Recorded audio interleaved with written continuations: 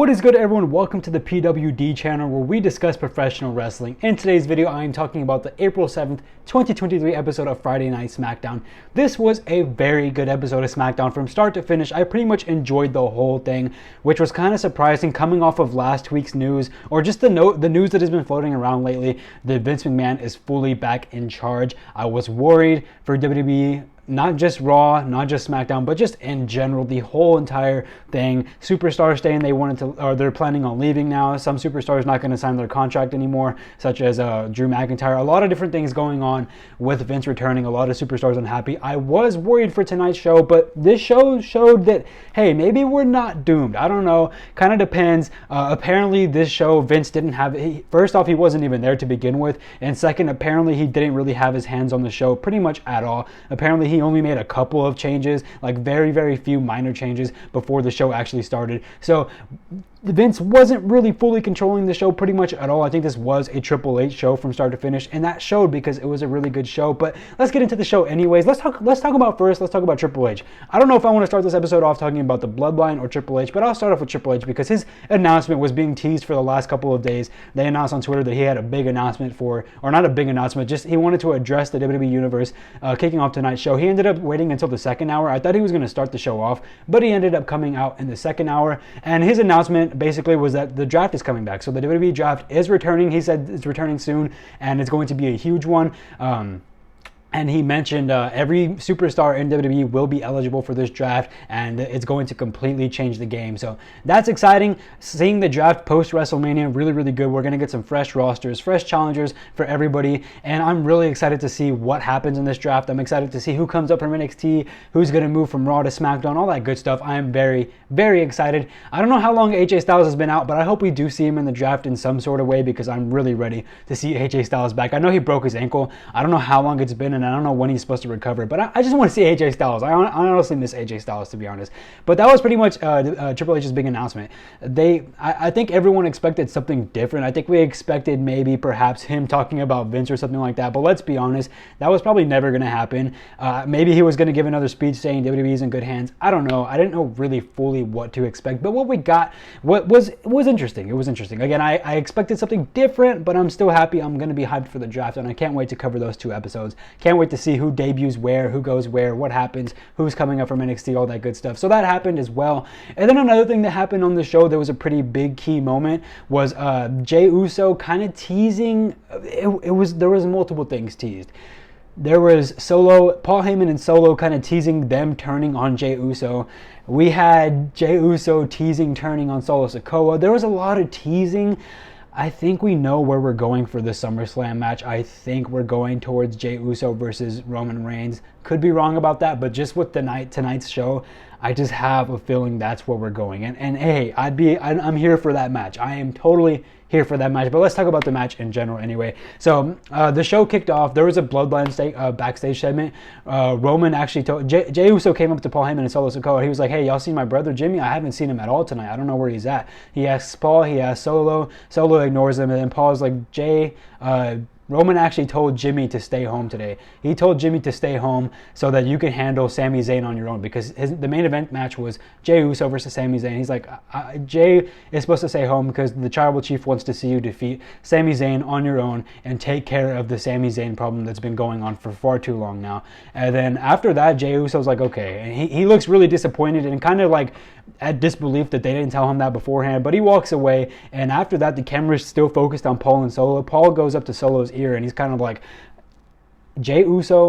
either Jey Uso solves the Sami Zayn problem tonight, or Solo, you're going to have to solve the Bloodline problem tonight. And I think they were hinting at, if Jey Uso doesn't win, Solo, you need to get on Jey Uso's ass. You need to Samoan spike him. You need to beat his ass. I don't know what you need to do. I don't know what exactly he was insinuating, but they very much made it seem, and even Michael Cole pointed this out on commentary, they very much made it seem like Jey Uso is the problem in the Bloodline.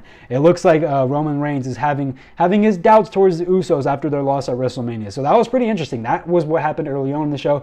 And then we actually got the match. Before the match started, though, we had Sami Zayn. He teased this earlier in the night. He was telling Kevin Owens, like, I'm going to talk to Jey. I have a feeling I really need to talk to him. I don't know why, but I just feel like I need to talk to him. So Sami Zayn went to talk to Jey Uso backstage. Jey Uso did not say anything throughout this entire thing, but Sami's like, dude, I don't know if you don't see it, but it's happening. The bloodline's crumbling, and you don't need to be a part of this. I'll beat some sense into you. I'll literally beat the sense into you if I have to, but it doesn't have to be that way. You could just leave the bloodline. We could settle our beef and all that stuff, and you could just leave without me having to do this. But if it has to resort to violence, if I have to beat the crap out of you in order for you to realize that the bloodline's abusing you, then so be it. They're talking backstage. Well, not they're talking, because it's really just Sammy talking to Jay and Jay straight up ignoring him.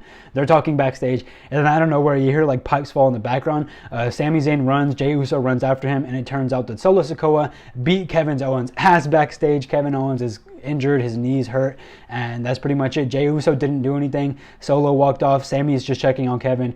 Then they go out to the ring. Their match starts, and the match is pretty good. It's a pretty good match. Solo ends up Samoan spiking Sami Zayn, similar to how he did Cody at WrestleMania behind the ref's back. Jey Uso gets the win off of the Samoan spike and after Samoan spike and after a super kick. And yeah, after that, Jey Uso was lying in the corner of the ring, just kind of laying there like he was tired after the match. And Solo goes up to him and he looks at him, and it looks like Solo's about to attack Jey. He's actually teasing that he's about to attack Jey. It looks like he's just a few seconds from attacking Jey. So I'm like, damn, are they gonna? Even though Jey technically won, are they really gonna have him still turn on Jey? But are they really gonna have Solo turn on Jey? It turns out they didn't. Solo teased it, but he picked Jey up anyways, gave him a little handshake. The two embrace, and then Solo starts beating the shit out of Sami Zayn after that, while Sami Zayn's still on the floor after losing the match. Jey Uso holds off for a while, and then Solo picks up Sami. He's about to go for another Samoan spike onto Sami Zayn again, and Jey stops him. He stops the Samoan spike. He stops Solo from hitting Sami Zayn, and they teased that they were gonna end up turning, or Jey was gonna end up turning on Solo and the Bloodline. That they teased it again. But Solo's like, let me handle this. Jay's like, let me handle this after a few seconds of teasing it, after like 10 seconds, and then he super kicks Sammy, tells Solo to get the chair. Jay's beating down on Solo, or sorry, Jay's beating down on Sammy. My cat's like distracting me, but he's beating down on Sammy.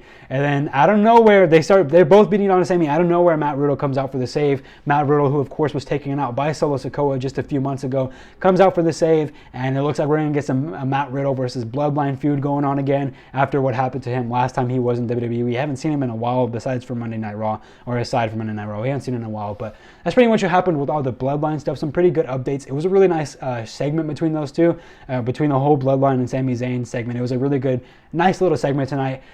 Tonight's episode of SmackDown was awesome, though. Like, from start to finish, there was just so much professional wrestling. Like, the show started off with Imperium versus Brawling Brutes. This was a freaking awesome match. Brawling Brutes ended up winning in what was a very, very fun, brutal match. I really, really enjoyed seeing it. Really fantastic match between Imperium and the Brawling Brutes. We also had Ricochet versus Ivar. Fantastic match. Ricochet got the W2, which I was so happy for him. So happy to see Ricochet win that match. That was awesome as well. Judgment Day cut a good promo. We had Latino World Order versus Judgment Day, and Judgment Day ended up winning that as well. Big W. It looks like they're still continuing the whole LWO / Bad Bunny versus Judgment Day feud, so that's going to be pretty interesting to see what happens at Backlash. It's going to be cool to see Bad Bunny back in the ring. But again, really, really good show, a really good episode of SmackDown. I enjoyed it, like really fantastic from start to finish. If you haven't seen it, I would go out of my way to watch it. It's definitely one of those shows where it's like, this is a fun show, and if you're looking for some good professional wrestling to watch on a Friday night, check out the show because it was worth it. It was fun, and yeah, I mean, there was just so much wrestling. It was a wrestling heavy show. There wasn't that many promos or any backstage segments. There was like a few here and there, but most of it was just in-ring wrestling, and I loved that. I enjoyed it. It was fun. It was a great show. I'm gonna give the show a 4 out of 5. They didn't do any harm. It could be like a 3.5, a 3.5 out of 5, 3.8 out of 5, but I just really enjoyed watching some wrestling tonight. So 4 out of 5 for me. I really did enjoy it, and it was a good episode of SmackDown. Let me know down in the comments below what you thought of tonight's episode, though. I'm gonna go ahead and end this video there, guys. Hope you did enjoy it. If you did, leave a like, subscribe down below if you haven't already. I make wrestling content like this weekly. I'll be back soon on Monday Night Raw to talk about that. And then next Wednesday, I have a video talking about, will Vince McMahon's return ruin WWE? Because we all know he's back. Is he going to ruin WWE for good? But we'll see about that. I'll catch you guys in the next video. Love you all. Peace.